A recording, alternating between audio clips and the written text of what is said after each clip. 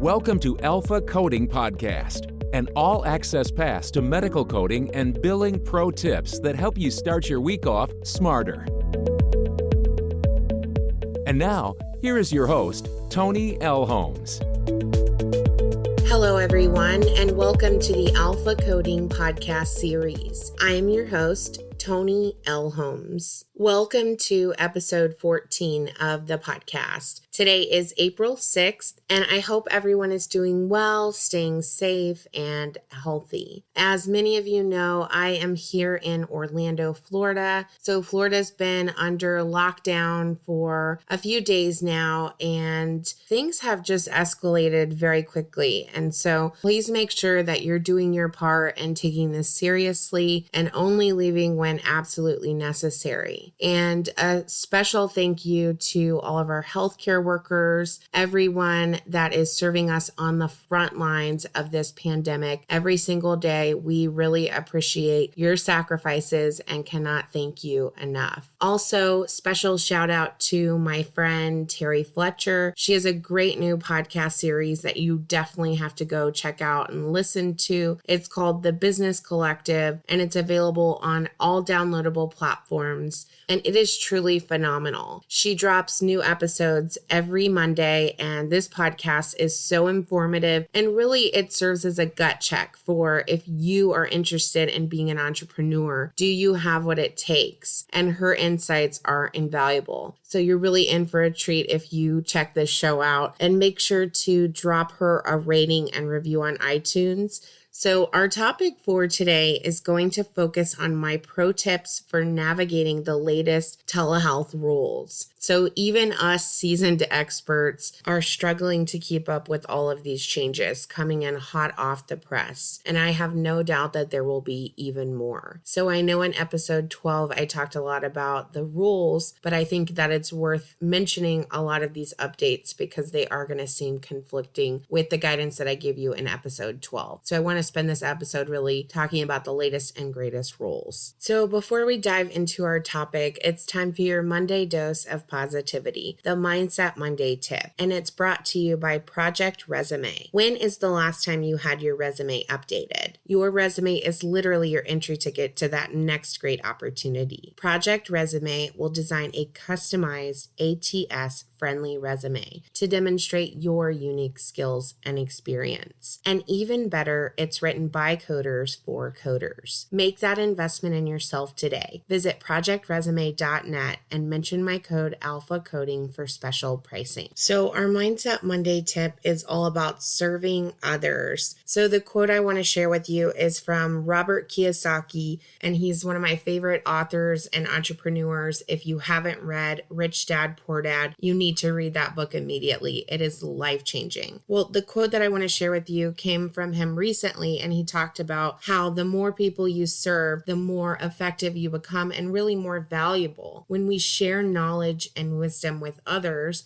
we're really giving someone a resource, a lifeline to information that they may not have had access to. So don't take that lightly. That is an opportunity to serve your purpose and really give back in a way that you have no idea could change someone's life. And Robert Kiyosaki has done that. He's dedicated his life to helping people understand financial literacy and his journey as an entrepreneur. So this is incredible. This is such a great opportunity to really dig into yourself and invest. And I can tell you it's the best investment you'll ever make. So that's your Mindset Monday tip. I hope that brings you some positivity. So our topic for today is going to cover my top 10 pro tips for navigating the latest telehealth rules. So this is information that is up to date as of the recording date of this podcast. I do pre-record the episodes, so just keep that in mind. There is a lot of fake news and misinformation out there. I have really been trying to watch the forums and some of the postings that are coming out, but it is a full-time job. And so I want everyone to know that just because you read it on the internet doesn't make it true. So please always always consider your source, make sure you do your own fact checking. And if you hear things that sound like they're too good to be true, 100% fact check. So CMS released a 221-page document. There are going to be some additional changes coming out on April 6th. So just keep that in mind. Disclaimer, this all could change depending on how things play out. So this brings me to my pro tip number 1. The definition of telehealth has not changed. So there's a lot of misinformation out there. As I mentioned in episode 12, telehealth is very specifically defined as requiring synchronous technology, meaning two-way audio video technology. That is still a requirement. That has not changed and that has not went away. So this is where there's a lot of confusion. There are some liberal interpretations out there. People are stating that you can report standard evaluation and management codes with the telephone-only encounters, and that is not accurate. So the definition of telehealth has not changed. It is still the same, requiring two-way audio video. Now, think about this. When you have a telephone call with a family member, is the telephone call the same experience as if you were to FaceTime that family member? It's not the same. It's not equated in the same way. And so it shouldn't be reimbursed in the same way. Now, the reason why we're seeing a lot of flexibilities and we're seeing a lot of changes is because CMS is listening. There are a lot of complaints, specifically with the Medicare population and their inability to navigate technology. And some of them do not always have access to Skype and to Zoom and some of these applications that are being utilized to facilitate telehealth. And so all of those things are being considered. And so we saw these groundbreaking updates that CMS is now covering telephone visits. These codes have been around since 2008. But hold on, let's not go crazy. That doesn't mean that we can report telephone visits as if they were in-person office visits. So that's not what that update means. So yes, telephone visits are now covered. No, they do not qualify as the definition of telehealth. So keep that in mind. So pro tip number 2, utilize the appropriate CPT codes for telephonic visits when those are rendered. So again, these are going to be CPT codes 99441 through 99443, and these are requiring a physician, nurse practitioner, physician assistant. These codes are time-based, so you'll want to make sure that the documentation includes the total amount of time in medical discussion via telephone. And actually go through and read the definitions of these codes because there are some stipulations on frequencies, so just keep that in mind as well. So pro tip number 3, telehealth visits can be reported based on either medical decision-making or time. So we're actually getting a preview of what's coming in 2021 with the E&M coding changes, which, by the way, if you haven't registered for our 4-part webinar series, I highly encourage you to do so. Check out terryfletcher.net. That's where you're going to be able to register for the 2,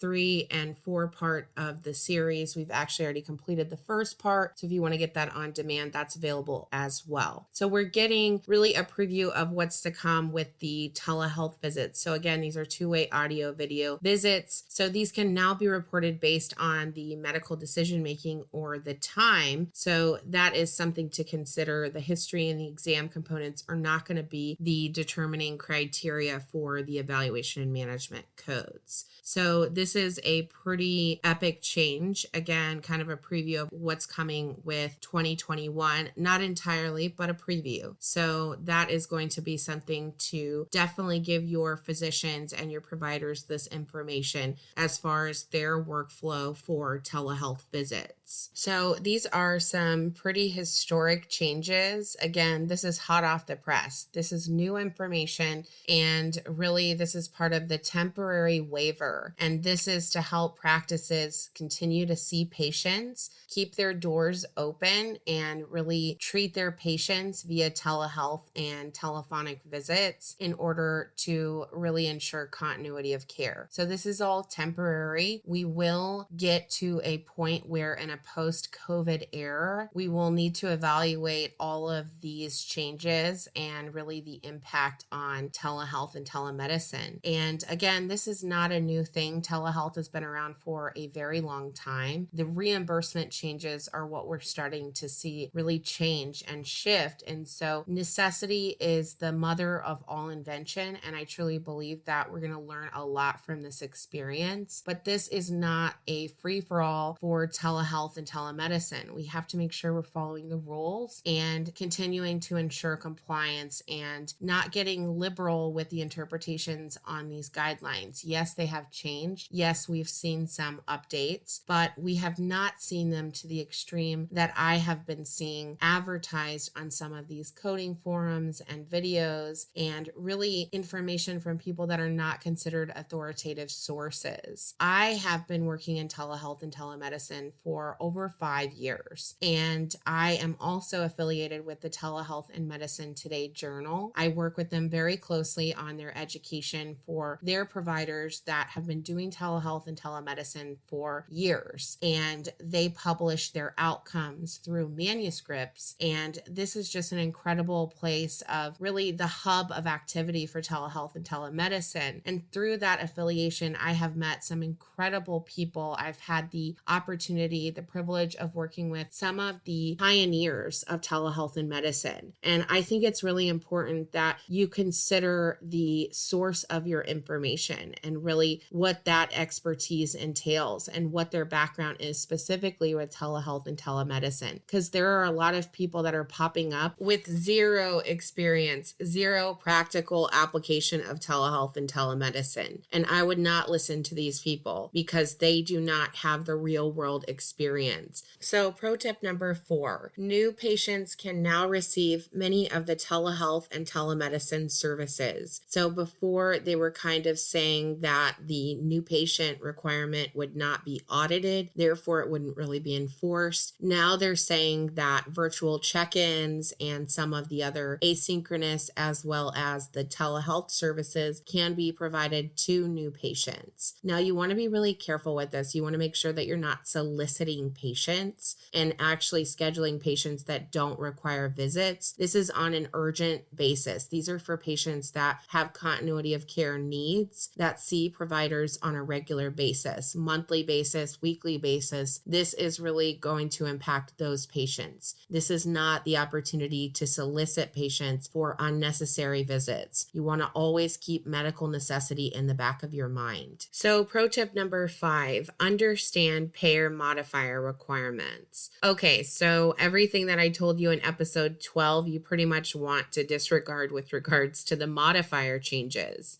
Medicare is now stating that they want modifier 95 utilized on all of the telehealth services. So these are two-way audio video services, and they want the place of service, which we're going to talk about in our next pro tip, is actually going to be different than place of service 2. So you definitely want to go through your payer mix and see each payer policy, what they're requiring. For the most part, commercial payers are looking at modifier 95, but there are some variations. Definitely do a thorough review of your payer mix to see which modifiers they're requiring. So CMS really changed the policy on this one because prior they were asking for place of service 2 with no modifier depending on the type of service. And again, they were very strict about that telehealth definition. So pro tip number 6, understand the place of service code requirements. Prior to the guidance received last week, we were instructed to utilize place of service 2 for telehealth services. Now they're stating they want the place of service that the service would have been rendered had the patient came into the office or they were in the hospital. These are all considerations. You want to report the place of service code where the care would have taken place had the patient been seen in person. So make sure you do an inventory of your payer mix to see, because this is going to be a CMS directive. So pro tip number 7, consider the source of your information. So I know I have alluded to this multiple times throughout this episode and on episode 12, but please do your fact checking and consider the source.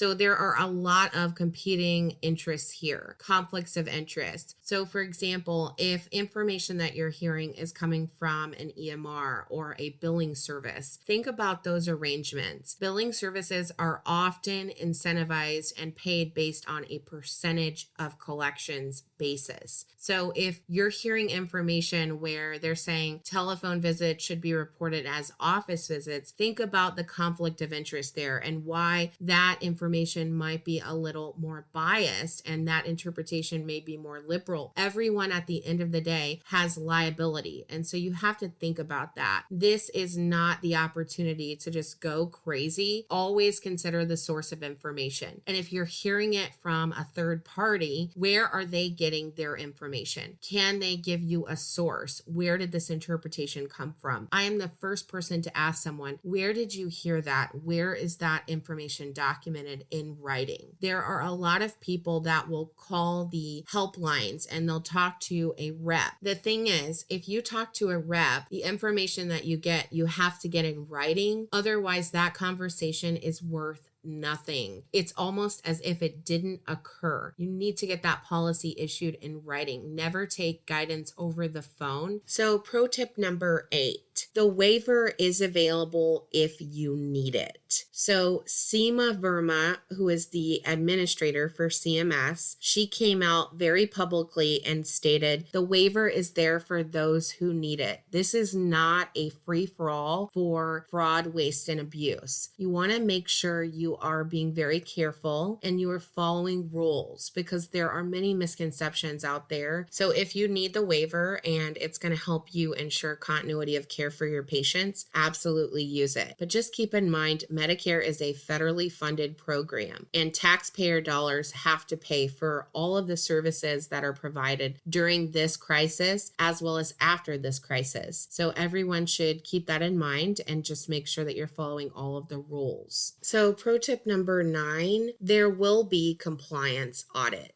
So again, just to add to the abundance of misinformation out there, I've heard a lot of pundits and commentators saying that there will never be audits because of the pandemic. That is incorrect. Auditors will still be looking at services. They're going to be looking for levels of service. They're going to be looking for two-way audio, video justification for office visit services that are reported via telehealth. There are going to be audits. We may not see the volume of audits that we see in a normal time period, but they will still exist. And we want to make sure that, again, we're dotting all of our I's and crossing our T's, especially if you work in the coding and billing office. You're really there to make sure that your providers understand all of the rules, have access to the information, and really give them real-time feedback. And if there are any compliance issues, it's your job to raise awareness to those issues, put those on the radar. So pro tip number 10, the only thing that is constant is change. So get ready, be adaptable, be flexible, make sure you're signed up for the listservs and you're getting the latest and greatest information from authoritative resources. Now, we saw a long list of services added to the list of acceptable services to be furnished via telehealth. Make sure you take a look at that list. It includes quite a few significant updates. So just to summarize my top 10 pro tips for navigating the latest telehealth rules. Number 1, the definition of telehealth has not changed. Number 2, utilize the appropriate CPT codes for telephonic visits. Number 3, telehealth visits can be reported based on medical decision-making or time. Number 4, new patients can now receive many new telehealth and telemedicine services. Number 5, understand payer modifier requirements. Number 6, understand place of service code requirements. Number 7, consider the source of your information. Number 8, the waiver is available if you need it. Number 9, there will be compliance audits. Number 10, the only thing that is constant is change. So it's time for this week's coding pro tip, and it's brought to you by Contempo Coding, which is an on-demand educational resource provider. created for coders by coders. They specialize in affordable coding certification prep courses to help you accelerate in your career. Right now, they're offering $100 off the Certified Risk Adjustment Coding Prep course when you order through our affiliate website. Visit our website, alphacodingexperts.com, and head over to the Deals and Discounts tab for a link to take advantage of this absolute steal of a deal. If you have a coding-related question and would like it to be featured in one of our coding pro tips, please reach out to me on LinkedIn, Facebook, Instagram, or YouTube. So one of our listeners from Chicago submitted a question. Hi, Toni. What is the deal with Incident 2 during COVID? Some of our providers want to bill Incident 2 for our mid-levels for telephone visits. So this is a great question. I've actually had this come up with some of our clients. You have to keep in mind that Incident 2 requires multiple layers. Incident 2 cannot apply to new patients. The patient would need to have an established relationship with the physician, and the physician would have needed to create the original plan of care.